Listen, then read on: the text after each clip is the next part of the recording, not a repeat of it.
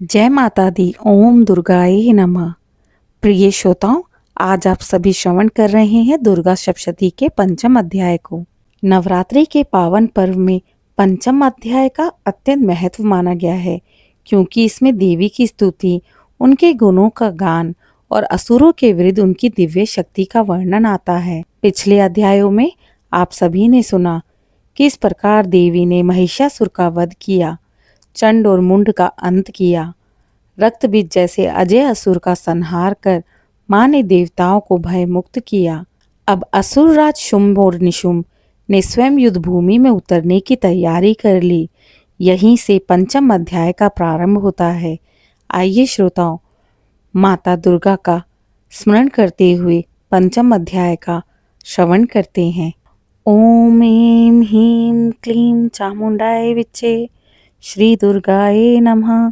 जब शुंभ और निशुंभ ने सुना कि उनके सेनापति और असंख्य असुर मारे जा चुके हैं, तो उनका क्रोध भड़क उठा।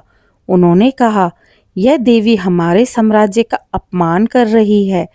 हम इसे पकड़कर अपमानित करेंगे और इसके सौंदर्य को अपने महल में ले आएंगे। उनका अहंकार चरम पर था। शुभ ने अपने दूतों को आदेश दिया, जाओ उस स्त्री को कहो कि वह हमारे पास स्वेच्छा से आ जाए। यदि वह नहीं आती तो हम उसे बलपूर्वक ले आएंगे। दूत ने माँ दुर्गा के पास जाकर कहा, हे देवी, हमारे स्वामी शुंभ और निशुंभ ब्रह्मांड के स्वामी हैं। उनके समान कोई बलशाली नहीं। वे आपको अपनी महारानी बनाना चाहते हैं। आप शांति से हमारे साथ चलिए। माँ ने मंद मुस्कान से कहा, मैंने तो प्रतिज्ञा की है कि जो मुझे युद्ध में पराजित करेगा वही मेरा पति होगा। तुम्हारे स्वामी शुंभ और निशुंभ यदि वास्तव में इतने बलशाली हैं तो वे रणभूमि में आकर मुझसे युद्ध करें। यदि वे विजयी होते हैं तो मैं उनकी हो जाऊंगी। दूत निराश होकर लौट गए और सब कुछ शुभ निशुंभ को बता दिया। शुभ निशुंभ ने इसे अपनी प्रतिष्ठा का प्रश्न मान लिया। उन्होंने तुरंत ही अपने सेनापति धूम्रलोचन को विशाल सेना सहित माँ दुर्गा से युद्ध के लिए भेजा। धूम्रलोचन देवी के पास पहुंचा और गर्जना करते हुए बोला, अरे स्त्री, या तो हमारे स्वामी के पास चलो, अन्यथा तेरी मृत्यु निश्चित है। देवी ने मंद मुस्कान शांत स्वर में कहा, धूम्रलोचन, तुम तो मूर्ख हो। अपने स्वामी को जाकर कहो कि युद्ध भूमि में आ जाए। धूम्रलोचन क्रोधित होकर देवी की ओर युद्ध करने के लिए दौड़ा। माँ दुर्गा ने केवल अपनी एक हुंकार से ही उसे भस्म कर दिया। उसकी सेना को चीर फाड़ कर नष्ट कर डाला। धूम्रलोचन की मृत्यु देखकर शुंभ और निशुंभ चकित हो उठे। फिर उन्होंने चंड और मुंड के वध का स्मरण किया और रक्त बीज की हार को याद करके क्रोध से तिलमिला उठे। उन्होंने अधिक विशाल सेना तैयार की और अपने शक्तिशाली योद्धाओं को देवी के विरुद्ध युद्ध के लिए भेजा। युद्ध की तैयारी देखकर देवताओं ने फिर से माँ दुर्गा की स्तुति की। उन्होंने कहा, या देवी सर्वभूतेषु विष्णुमयोति शब्दिता, नमस्तस्ये नमस्तस्ये नमस्तस्ये नमो नमः। या देवी सर्वभूतेषु चेतनयति विधीयते, नमस्तस्ये नमस्तस्ये नमस्तस्ये नमो नमः।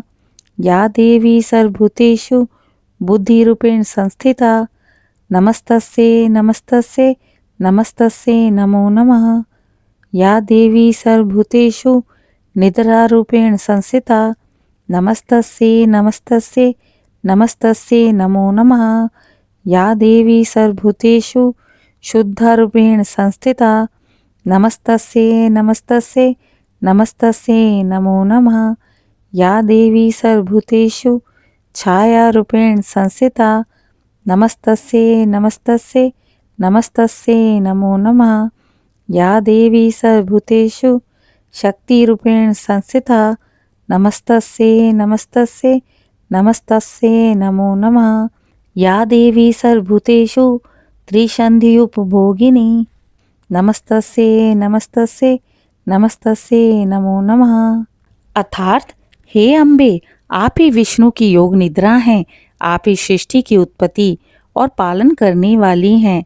आपके बिना ना ब्रह्मा सृष्टि कर सकते हैं, ना विष्णु पालन और ना ही शिव संहार। आप ही शक्ति, आप ही भक्ति हैं, आप ही माता और आप ही रक्षक हैं।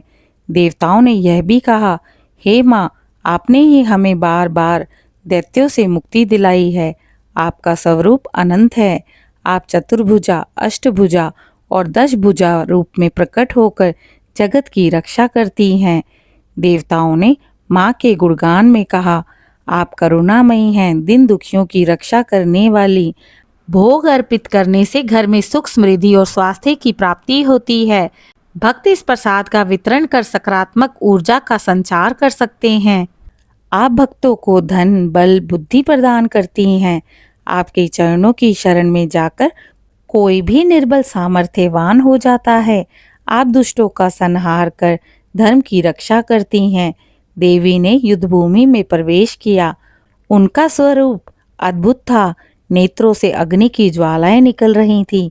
उनके हाथों में त्रिशूल, चक्र, धनुष, खड्ग, गदा और अनेक अस्त्र थे।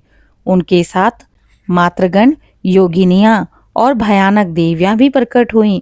असुरों और देवी का युद्ध प्रारंभ हुआ। असुरों ने पर्वताकार शिलाएं और अस्त्र फेंके। देवी ने उन्हें अपने बाणों और चक्र से नष्ट कर दिया। देवी के सिंह ने असुरों को चीर फाड़ डाला। युद्ध भूमि रक्त से भर गई। आकाश देवी की गर्जना से गूंज उठा। युद्ध जितना बढ़ा उतना ही देवी का धैर्य और साहस प्रकट होता गया। वे शांत भी थीं और प्रचंड भी। उनके प्रत्येक अस्त्र से असुरों का नाश होता जा रहा था। उनकी मुस्कान और नेत्रों की ज्वाला ने असुरों का मनोबल तोड़ दिया। युद्ध देखते हुए देवताओं ने फिर से माँ की स्तुति की। हे दुर्गे, आप ही जगत की माता हैं। आपके बिना ये ब्रह्मांड शून्य हो जाएगा। आपकी शक्ति से देवता देवत्व प्राप्त करते हैं। आपके बिना तो हम निशक्त हैं। हम आपको बार बार प्रणाम करते हैं। तब तक के लिए आपके अपने चैनल दिशा स्पिरिचुअल को लाइक, शेयर, सब्सक्राइब करें। कमेंट में जय माता दी लिखें। भक्तों, देवी केवल संहारक ही नहीं बल्कि पालनहार और करुणामयी भी हैं। वे अपने भक्तों की रक्षा करती हैं और दुष्टों का अंत करती हैं। अहंकार चाहे कितना भी बड़ा क्यों ना हो, शक्ति और धर्म के सामने टिक नहीं सकता। आज आप सभी ने दुर्गा सप्तशती के 5वें अध्याय को सुना। इस अध्याय को सुनने से भक्त को साहस, ऊर्जा और माँ की कृपा प्राप्त होती है। माँ स्कंद माता की पूजा से भक्त को संतान सुख और धर्म पर स्थिरता का आशीर्वाद प्राप्त होता है। माँ दुर्गा का गुणगान करने से साधक का मन शुद्ध होता है और वह माँ की शरण में अपने समस्त दुखों को दूर कर पाता है। इस प्रकार दुर्गा सप्तशती का 5वां अध्याय पूर्ण होता है। भक्तों, माँ अम्बे ही सृष्टि की आधारशिला और धर्म की अंतिम रक्षक हैं। कल हम सभी सुनेंगे दुर्गा सप्तशती के 6वें अध्याय को। जब तक के लिए आपके अपने धार्मिक चैनल दिशा स्पिरिचुअल को लाइक, शेयर, सब्सक्राइब करें। कमेंट में जय माता दी लिखें।